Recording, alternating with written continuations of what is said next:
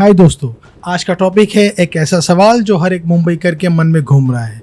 क्या बीएमसी का fixed deposit shrink हो रहा है या कम हो रहा है? दोस्तों, welcome to Mumbai talking. Asia की सबसे रिचेस्ट सिविक बॉडी क्या पैसे की तंगी में है? आइए इसे आसान भाषा में समझने की कोशिश करते हैं। दोस्तों, 2021-2022 में बीएमसी के पास 91,690 करोड़ रुपए का डिपॉजिट हुआ करता था। ये इतना पैसा है कि इन पैसों से 10 बुर्ज खलीफा जैसी बिल्डिंग बनाई जा सकती है। आज 2026 में ये गिरकर 81,449 करोड़ रुपए रह गया है। मतलब 4 से 5 सालों में 10,000 करोड़ रुपए से ज़्यादा का ड्रॉप।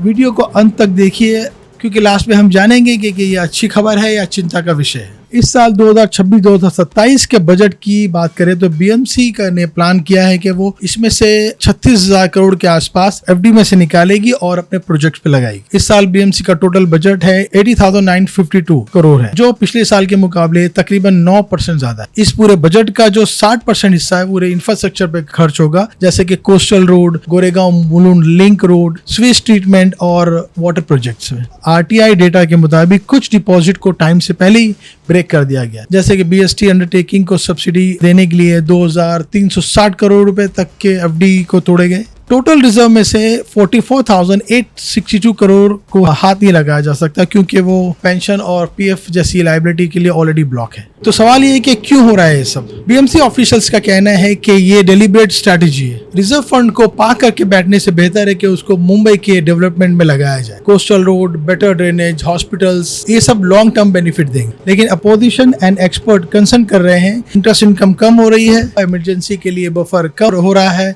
और अगर रेवेन्यू टारगेट मिस हुए तो प्रॉब्लम हो सकती है। प्रॉपर्टी टैक्स, डेवलपमेंट चार्जेस पे डिपेंड करना पड़ रहा है और बिल्डर कंट्रीब्यूशन में भी चेंजेस आए। एक तरफ मुंबई को मॉडर्न बनाना है, दूसरी तरफ रिजर्व फंड को भी मेंटेन रखना है। तो क्या हमें चिंता करनी चाहिए? दोस्तों, सच तो ये कि मुंबई बीएमसी कॉर्पोरेशन आज भी इंडिया की सबसे अमीर corporation, 81,000 plus crore reserve fund कोई छोटा अमाउंट नहीं है। लेकिन अगर ये श्रिंकेज कंटिन्यू रहा और बिग प्रोजेक्ट्स डिले हुए तो इंटरेस्ट रेट से होने वाली इनकम का लॉस होगा और लायबिलिटीज का बोझ बढ़ सकता है। इसके अलावा अगर फंड मिसमैनेज हुए तो टैक्सेस बढ़ सकते हैं। आम मुंबई कर के ऊपर इसका सीधा असर पड़ेगा। और इसके पॉजिटिव साइड है, ये पैसा वेस्ट नहीं हो रहा, ये इंफ्रास्ट्रक्चर में लग रहा है जो मुंबई को फ्यूचर रेडी बनाएगा। तो आखिर में बात यह है कि बीएमसी का फिक्स डिपॉजिट श्रिंक हो रहा है, ये बात सच है, लेकिन ये कोई बैंकरप्सी की तरफ नहीं जा रहा। ये एक स्ट्रैटेजिक शिफ्ट है सेविंग से इन्वेस्टमेंट की तरफ।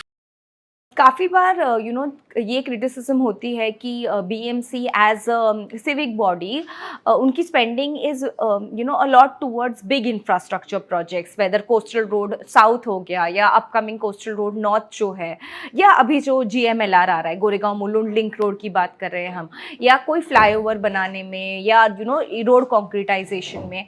While there is no denying कि उसकी ज़रूरत है, हमें वो सब प्रोजेक्ट्स होने चाहिए, बट पब्लिक में एक ऐसा भी सेंटिमेंट है कि दिस फंड्स बेसिकली जो जैसे अभी कोस्टल रोड साउथ की बात करें तो इट इज़ 14,000 करोड़ का प्रोजेक्ट है, या हम कोस्टल रोड नॉर्थ की बात करें जो वर्सोवा से लेके भाईंदर तक बन रहा है, 20,000 plus crore project. So there is a need कि वो commensurate amount of money should also be spent on improving daily civic services, जैसे बेस्ट बसेस हो गए। आजकल लोगों को काफ़ी टाइम के लिए वेट करना पड़ता है बेस्ट बस स्टॉप्स पे टू गेट अ बस। तो improving, increasing the frequency of buses, putting more best buses on public roads, ताकि जो पब्लिक है they don't have to depend on private mode of transport, जैसे कैब्स हो गए, auto rickshaws हो गए। आई थिंक अगर हम कोस्टल रोड की बात करें साउथ जो है, तो प्रेजेंटली सिचुएशन ऐसी है कि the person who owns a car और who can afford an Ola Uber travel वही यूज़ कर सकते हैं उसको। But there is a need that हम उस पे भी काफ़ी और बेस्ट बसेस चलाएं ताकि जो कॉमन पब्लिक है वो उसका बेनिफिट उठा सके। या इम्प्रूविंग पब्लिक हॉस्पिटल्स की बात हुई, there is excessive burden on public hospitals because सारे नॉट जस्ट मुंबई से, मुंबई के बाहर से भी लोग वहाँ आते हैं। तो how that how facilities there can be improve. तो जो फंड यूज होता है in all these large infrastructure projects, they should not be spend at a cost of improving our basic civic services. आप क्या सोचते हैं, बीएमसी को reserve बचाना चाहिए या एग्रेसिवली डेवलपमेंट करना चाहिए? कमेंट सेक्शन में अपनी राय ज़रूर बताएं। पॉलिटिकल एंगल हो या फाइनेंशियल, सच्चाई समझना ज़रूरी है। उम्मीद है आपको ये छोटा सा इन्फॉर्मेटिव वीडियो पसंद आया होगा।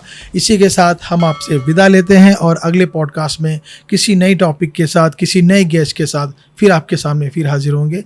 तब तक के लिए अपना ख्याल रखिए। Thank you very much.